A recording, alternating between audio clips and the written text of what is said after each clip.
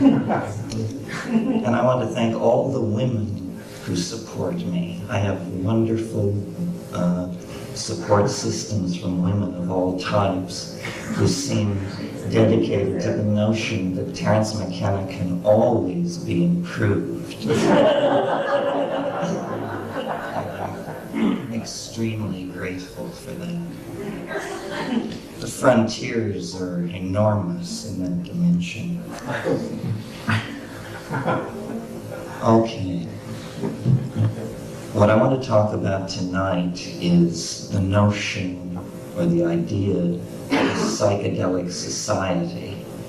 When I spoke at Santa Barbara at the Psychedelics conference, whenever it was, last May, a year ago, my contact lenses failed me at a critical point in my lecture, and I simply had to wing it. And later, when I played this tape back, I heard this phrase, psychedelic society, and I had never used it consciously in a lecture. But because I had said it, and because there had been a ripple of resonance to it from the crowd of people there, I began to think about it. And this evening I will just generally assess what it might mean for us. I'm definitely a pioneer in this field. I'm sure you're all familiar with the book Megatrends, which is making quite an impression at the moment. Well, Megatrends nowhere mentions the imminent transformation of human society through the application of psychedelic drugs. I don't know what they were thinking.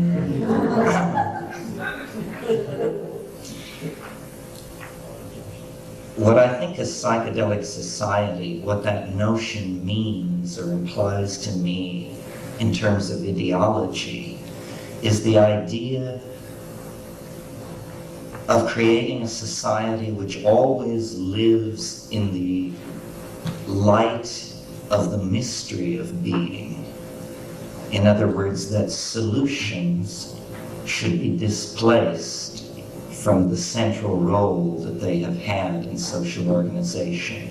And mysteries, irreducible mysteries, should be put in their place.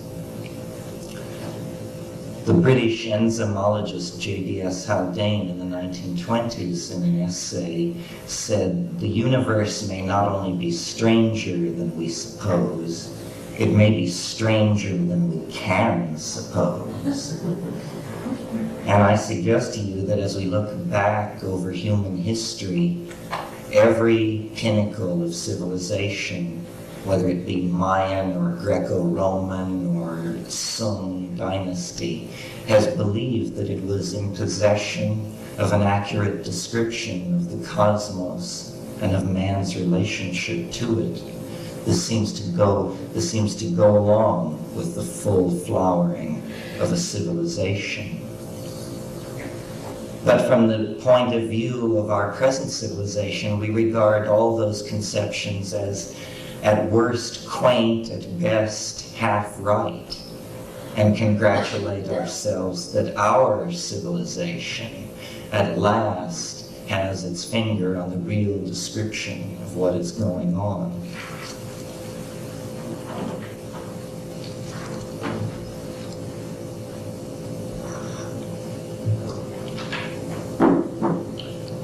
But I think that this is not true, and that actually what blinds us, or what makes historical progress very difficult, is our lack of awareness of our ignorance, and that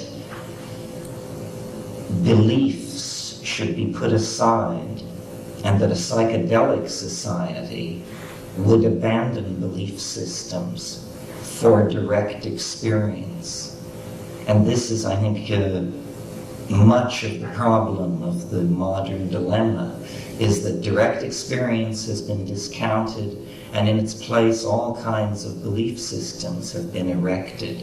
I would prefer a kind of intellectual anarchy where whatever was pragmatically applicable was brought to bear on any situation, but where belief was understood as a self-limiting function. Because you see, if you believe something, you're automatically precluded from believing its opposite, which means that a degree of your human freedom has been forfeited in the act of committing yourself to this belief.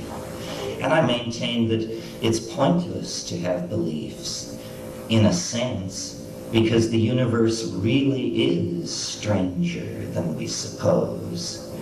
And what we need is a return to what in the 16th century was called the Baconian method, which means not the elaboration of fantastic thought constructs which explain, but merely a phenomenological cataloging of what we experience. Computer networks and psychedelic drugs and the increased availability of information in the world have actually made possible the evolution of new alien information states which never existed before. And we are processing these things, but at a very slow rate because we are hindered by ideology. Now, I mentioned in an earlier workshop this afternoon that Freudian models, Jungian models of the psychedelic experience, which saw it as somehow a stripping away of resistance and a revealing of complex and hidden emotions and motives and belief systems, has been replaced in the last 5 to 10 years with the shamanic model of hallucinogenic and shamanic experience. This model holds that archaic peoples have deputized special people to probe hidden information fields using psychedelic drugs, and that the information extracted from these information fields is then used to guide and direct the society. Now, I'm interested in this second model and spend time in the Amazon and am familiar with the operational mechanics of shamanism and shamanic personalities and that sort of thing. But I believe, actually, that the psychedelic experience looms larger than the institution of shamanism, and that we hold a unique opportunity, which is sort of the flip side of the culture crisis. Our ability to destroy ourselves is the mirror image of our ability to save ourselves. And what is lacking is a clear vision of what should be done. What should be done is certainly not the accumulation of ever larger nuclear arsenals and the promotion of all kinds of primate game playing of the sort that Tim Leary is well versed in denouncing. What needs to be done is that fundamental ontological conceptions about reality have to be remade. We need a new language, and in order to have a new language, we must have a new reality. It's almost a kind of Ouroboros equation or a bootstrap situation. A new reality will generate a new language. A new language will fix a new reality and make it part of this reality. These psychedelic drugs can be conceived of as points on an informational grid. They provide new perspectives on reality. And it is when you connect all the points of perspective that you have on reality that a reasonably applicable model of it begins to appear. And I think this reasonably applicable model, what Wittgenstein called something which is true enough, is what we're looking for. The true enough mapping of experience onto theory is what we're looking for. But experience must be made primary. The language of the self must be made primary. And anarchy carries this responsibility even when it's only political anarchy.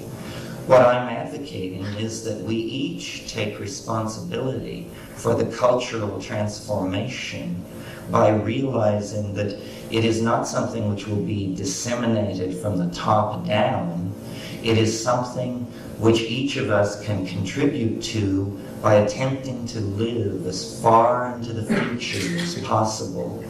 You know, we must get rid of the conceptions of the 40s, the 50s, the 60s, the 70s, the 80s, the 90s. We must smear the historical moment and become exemplars of the humanity of the end time.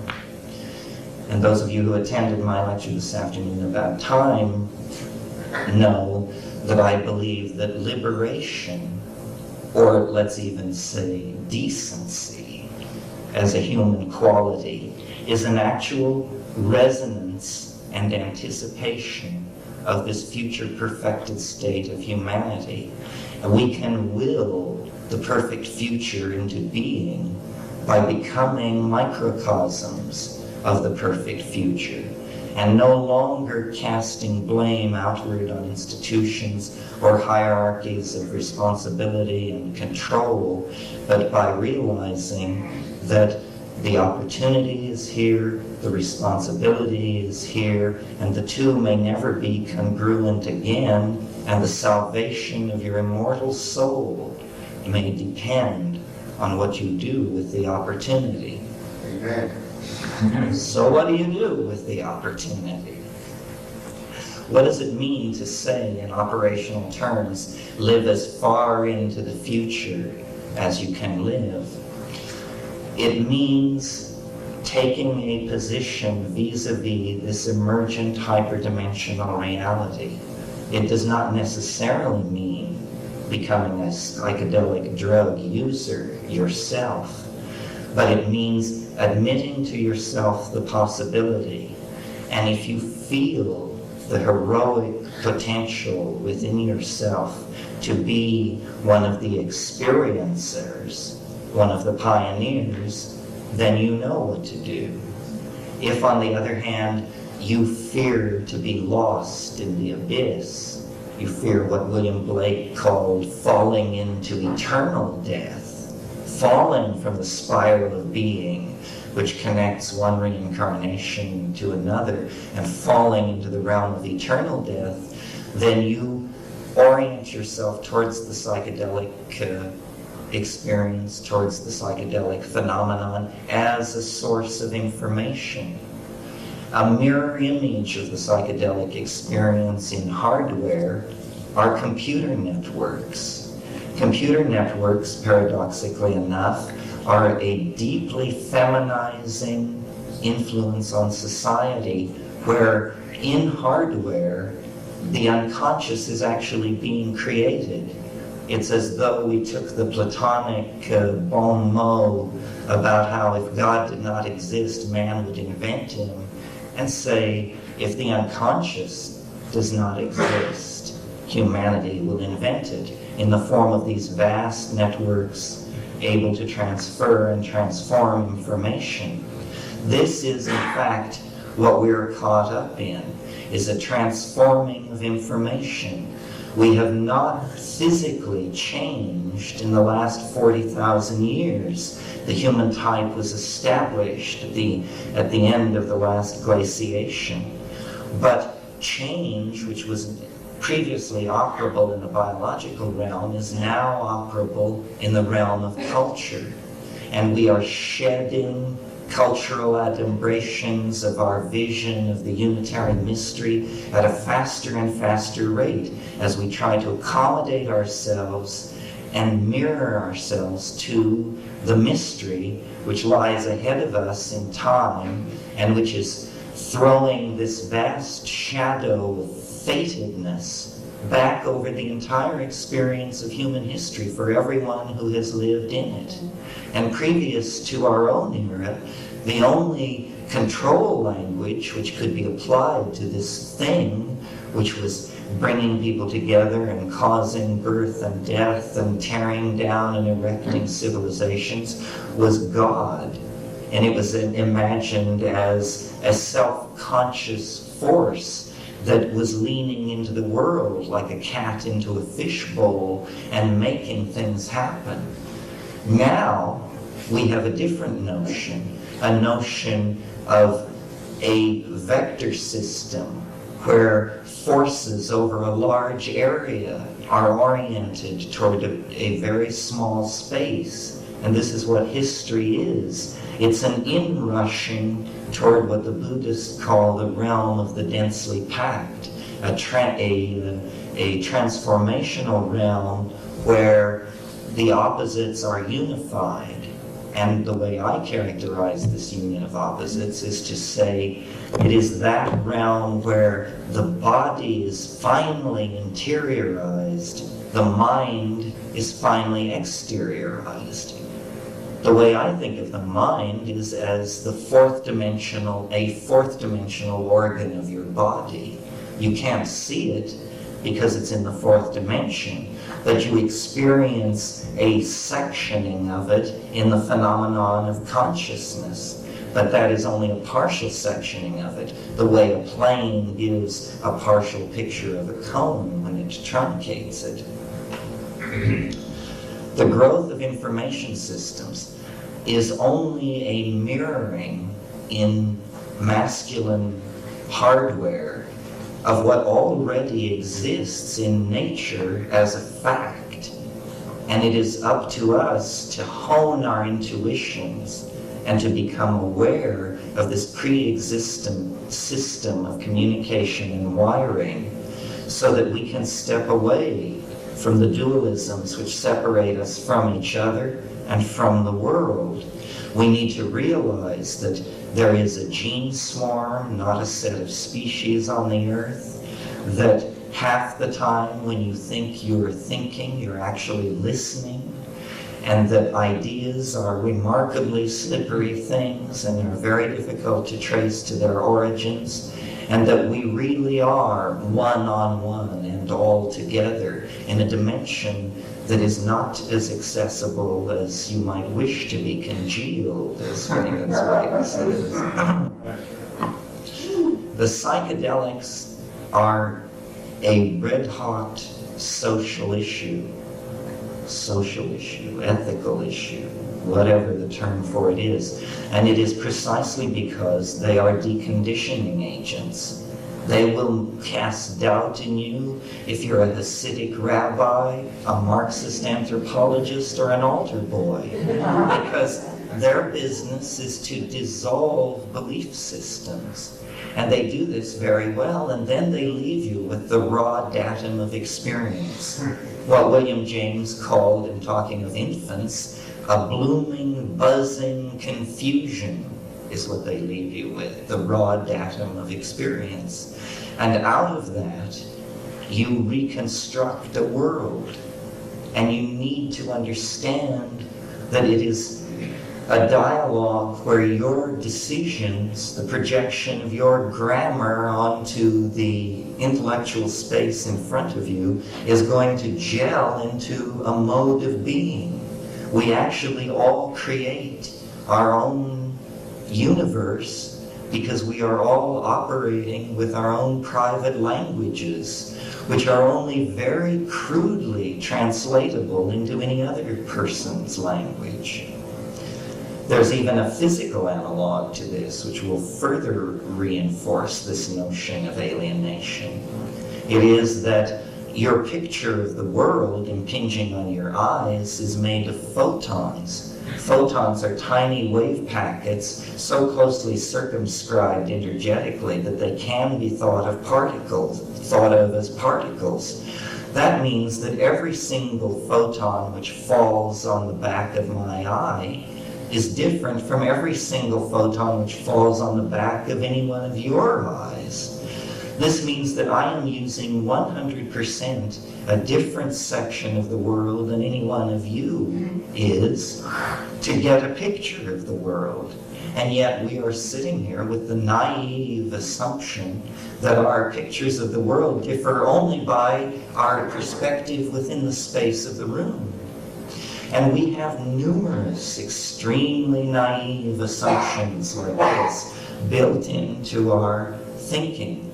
And our most venerable explanatory engines, such as science, happen also to be our oldest explanatory engines, and therefore they have built into them the most naive and unexamined assumptions. For instance, science, we can demolish it in 30 seconds. Science tells you that a set of conditions will create a given effect, and that every time that set of conditions is in place, that effect will be found to obtain. Well, the only place this happens is in laboratories. In our experience, it isn't like that. A contact with a person is always different. The experience of making love, having a meal, riding the bus, these things are always different. It is their uniqueness, in fact, and the uniqueness that pervades all being that makes it bearable at all. Yet science is willing to tell you that the only things worth describing are those phenomena that can be repeatedly triggered. This is because these are the only phenomena science can describe, and that's the name of the game as far as they are concerned. But we, to claim our freedom, to take advantage of the tiny moment between immense abysses of unknowability, perhaps death, perhaps other reincarnations, perhaps transitions into other life forms. These things we don't know.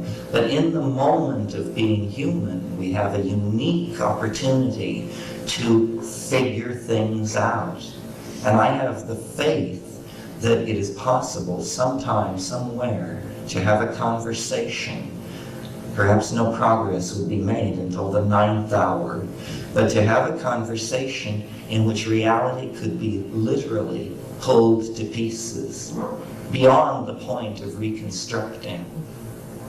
I had a friend, I'm not sure this is germane, but I had a friend back in the 60s who one day on LSD took a toothpick and he sat for 14 solid hours with the toothpick and a large red brick, and he demolished it.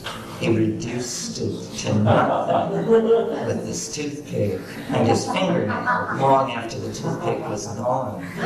And this is what we have to do to the ideological concrete in which we are set. We have to claim anarchy and realize that systems have a life of their own that is anti-humanist. There is definitely an anti-humanist tendency in all systems. Ludwig von Bertalanffy, who was the inventor of general systems theory, said, people are not machines, but in every situation where they are given the choice, they will behave like machines.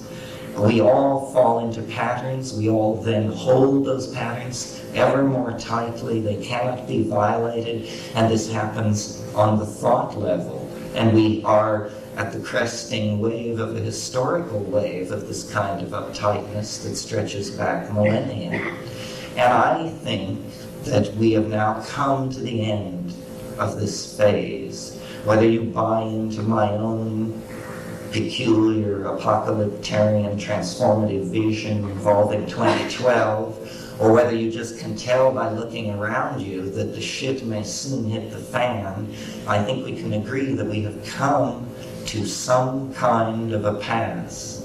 And what is going to come out of it is either going to be a great deal of dislocation in the biosphere, the invalidation of intelligence as an adaptation of biology, and our extinction, or we are going to become, as James Joyce dreamed we could, man-made dirigible, is how he put it. In other words, the exteriorization of the soul, the interiorization of the body. And in this process, everything is is going to be challenged. The very notion of humanness is going to be challenged, because we are on the brink, through genetic manipulation of DNA, of actually taking control of the human form, of being able to extend the notion of art inward into the human body and form. Are we classicists? Shall we each be an Adonis and a Persephone? Or what are we? Are we surrealists? Shall I be a potato and you a burning leopard? These are decisions which will have to be faced.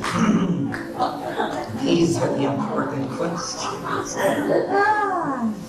And this vertical game, which we see in the metaphors that are applied to psychedelic drugs, consciousness expansion, getting high, psychedelic tripping, shamanic flight, all of these things are being paralleled. It's like the drugs are the feminine, software, formative, leading edge of what is happening.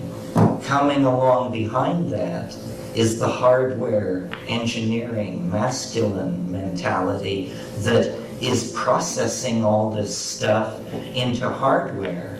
And this will continue until the leading edge outdistances the engineering mentality through breakthrough. And this is what I think the shamanic hope is, that we can find a way to use chemicals in our bodies and our voices and our thoughts and our hands upon ourselves and each other to transform ourselves without technology, to move into the realm of the imagination on the natch, as it were, with an interiorized, psychopharmacologically applied technology that frees us in the imagination. At the same time that this is going on, the engineering mentality is going to set human societies in orbit around the Earth and the Moon and the near planets. But there's a catch here for the engineering mentality, which is that the very void which surrounds the planet exemplifies this enfolding, abyssal, feminine element. It is the mysterious mama matrix of Finnegan's Wake. The mysterious mama matrix is the universe, and there is no escaping that fact.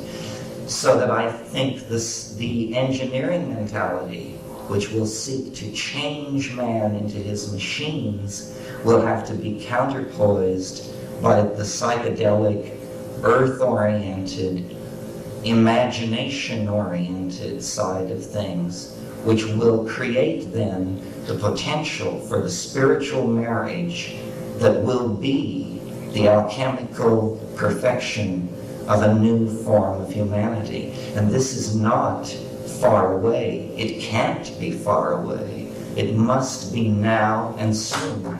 And it is, as I said,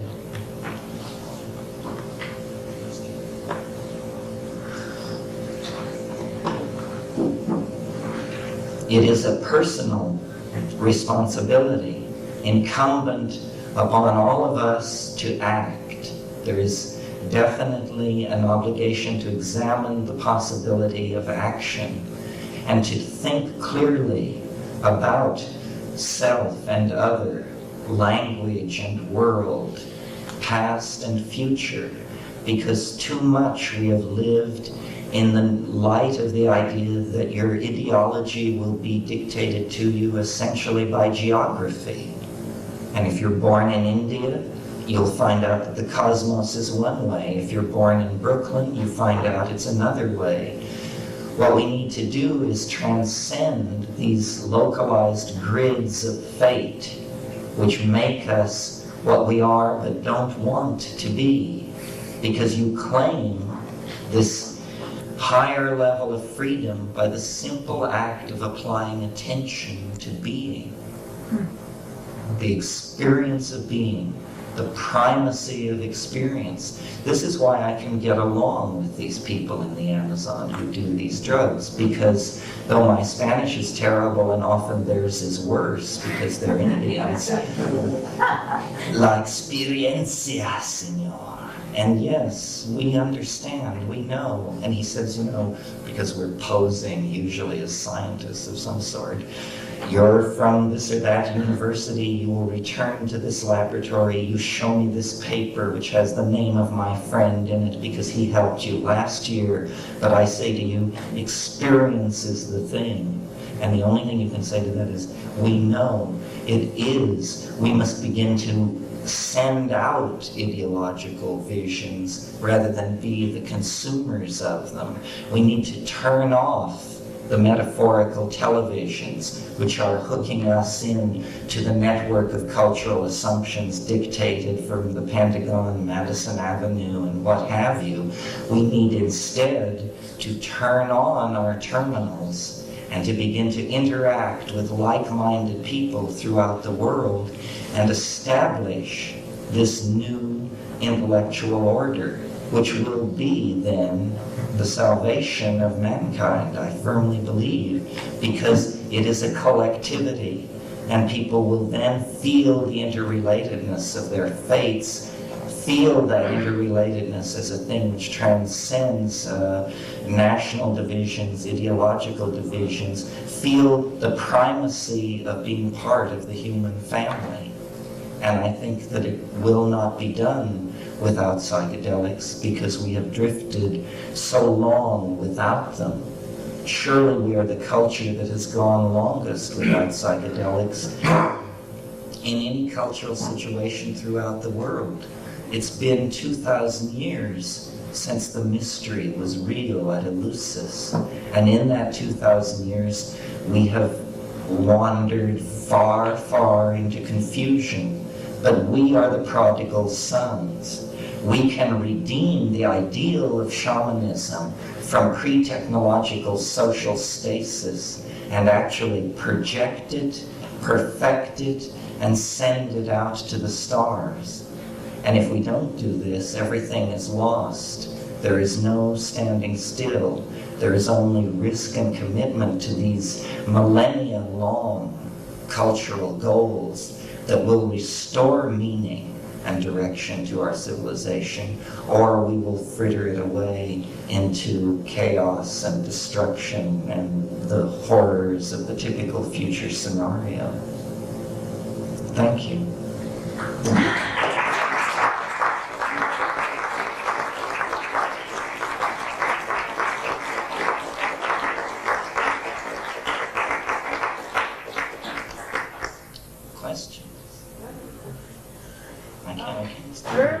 Earlier in your talk, you mentioned the expression gene swarm, and I'm not familiar with it. Could you explain it? Yes, I talked about this in the workshop this afternoon, pointing out that the notion of species is simply a 17th century convention of biological classification begun by Linnaeus, because when you visually look around with no awareness of geological time, you do seem to see distinct plants and animals. But now that we are aware of such things as bacterial transfer of genes from one organism to another and this sort of thing, we realize that the apparent fixity of the species is an illusion, and that actually there is only a gene swarm on the planet, and it coagulates into centers. The densest kind of center it coagulates into we call an organism, but it also coagulates into more loosely bound systems, such as symbiotic relationships, or yet more loosely bound relationships, ecotomes and biospheres, and that really there are just, from any given biological center, there is just a series of concentric shells of influence going both directions outward, and that's a more true view of the situation on the planet than the notion that there are distinct species. So that you would see the actual organisms and all that as being maybe, or the gene swarm expressing itself as an interaction with the environment at that particular moment. And Yes, all they're that. temporary Right. aggregates Right. of genetic material. I've never heard that, and I find it very interesting. Well, it turns out when you start, I don't want to get too deeply into it because it's a sideline, but when you start looking at the ways that genetic material is transferred around, there are all kinds of ways. There's even been a kind of termite found in Africa where the mating activity is so furious that, and the sexual organ of the male insect so sharp that they actually pierce the body cavity, not only of females, but also of other males. And by marking the sperm of these insects and following it, you can discover that some male individuals are transferring sperm to females that is not their sperm. And that absolutely violates the central dogma of Darwinian evolution, which is that the genetic material, the transferability and adaptability of the genetic material is directly linked to the adaptability of its carrier. But here you have a situation where the owner of the sperm may be dead because he was non-adaptive, but the sperm, because it's in the body of a more adaptive insect, is actually having an impact on the expression of the phenotype. So that's very technical, but anyway, genetic material moves around in all kinds of ways, and I'm sure there are more ways soon to be discovered. Thank you. Politically speaking, what would be some of the first steps to integrate psychedelics into our culture?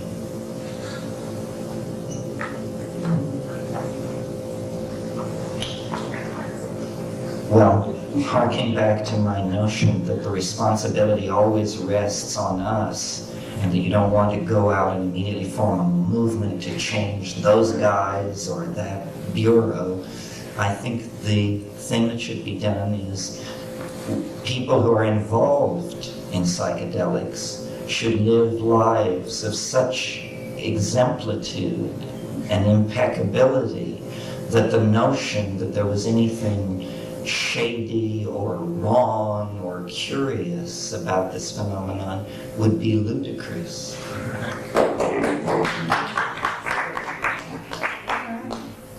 I've thought about it. See, I didn't make it.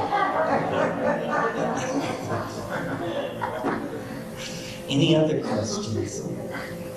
Then thank you very, yes. I can think of a clearer vision of how you would see a psychedelic society in that if we were able to demolish a lot of the belief systems that we do operate under, how would we relate to one another? How would you see that vision unfolding?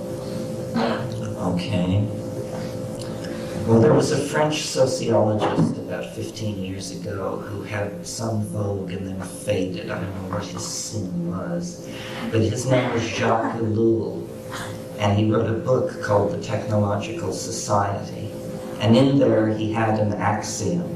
And the axiom was, there are no political solutions, only technological ones. The rest is propaganda. What a psychedelic society would do, I think, is it would rationally solve problems.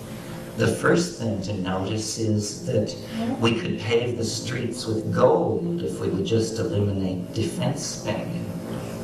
In other words, our limited energy resources are not being allocated in such a way as to move us towards survival.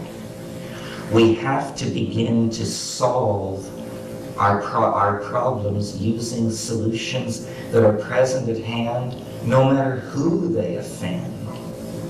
So there would be a value system in operation then? A value system, a humanist value system. It's very interesting that, to me, that the, what do they call it, silent majority, that the way in which they name their enemies is secular humanists.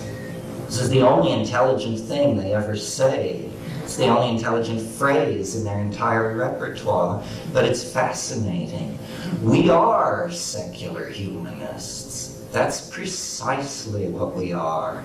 We believe that human beings are to be the measure of all things, that there is no other standard, not a classless society or God Almighty. There is no other standard but man, humanity, people.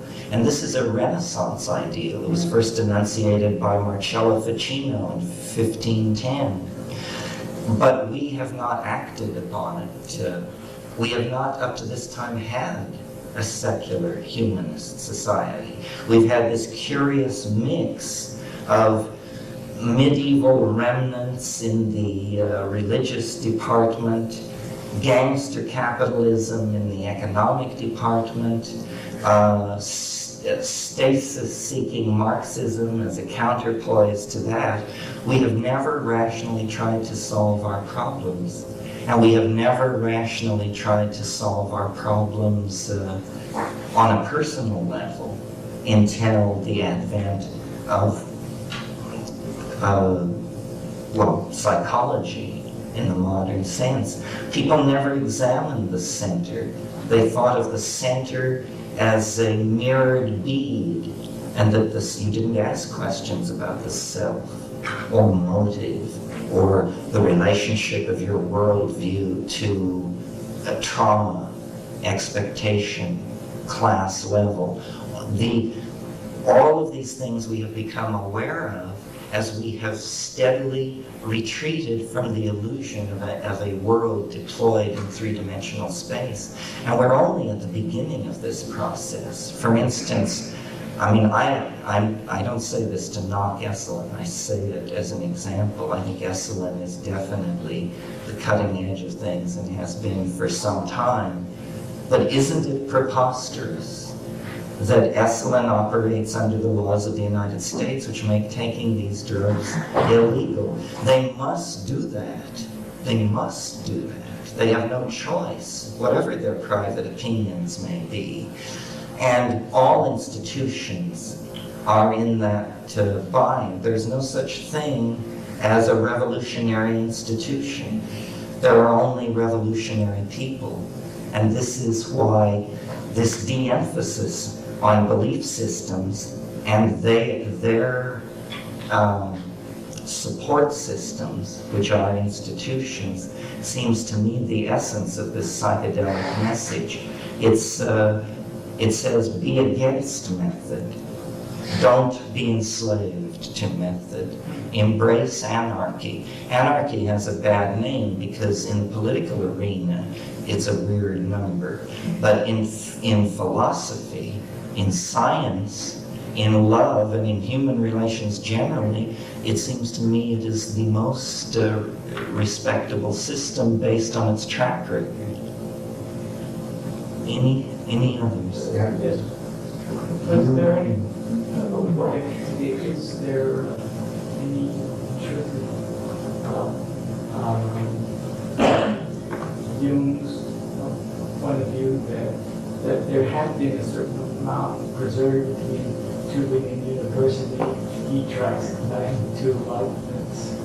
Well, to a secret part of the Tübingen University, which was well, this is a game you can play, yes. I mean, his view of it was very correct. There are these lines that can be traced back. Gnosis. I didn't use this word tonight, gnosis, nor did I use the word logos.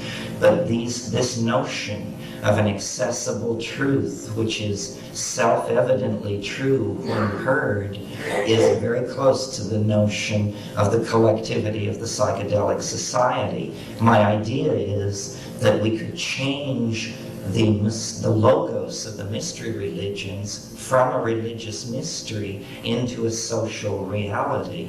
And that would be a social transformation because it would essentially sacralize the secular humanist society that I mentioned. Yeah. I've been picking up a sort of an urgency of we gotta do it and do it now type of thing as far as shamanism is concerned. I couldn't quite understand why I can't sit back in my stupidity and continue this, practice. Is it because we're coming to man can destroy the world?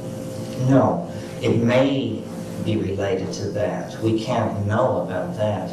But for sure what it's related to is that your human existence is a unique opportunity. So it's only the opportunity. There is no great urgency as far as you see. It's not a matter of we got to do it now because we got ourselves into a bind, and if we don't get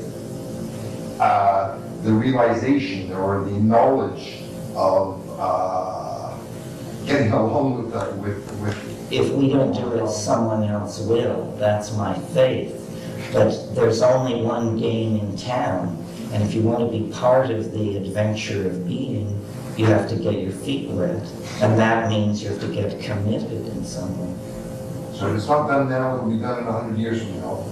This is coming. I mean, this wave has been rolling toward completion since before the breakup of Pangea. This is the big picture. Yes, it's coming. The monkeys are going to the stars. Whether smoothly or not so smoothly is not clear. But the monkeys are going to the stars and they're going to take everyone with them. And it can be a relatively smooth birth with no tearing and no bleeding and everything just moving right along. Or it can be holy hell and leave the earth a smoking cinder before it's over with. But the monkey thing, the information creature, is definitely on its way to the stars. I don't think anything can stop that. If you wanted to stop that, you had to get back there before the pyramids. Well, thank you very much.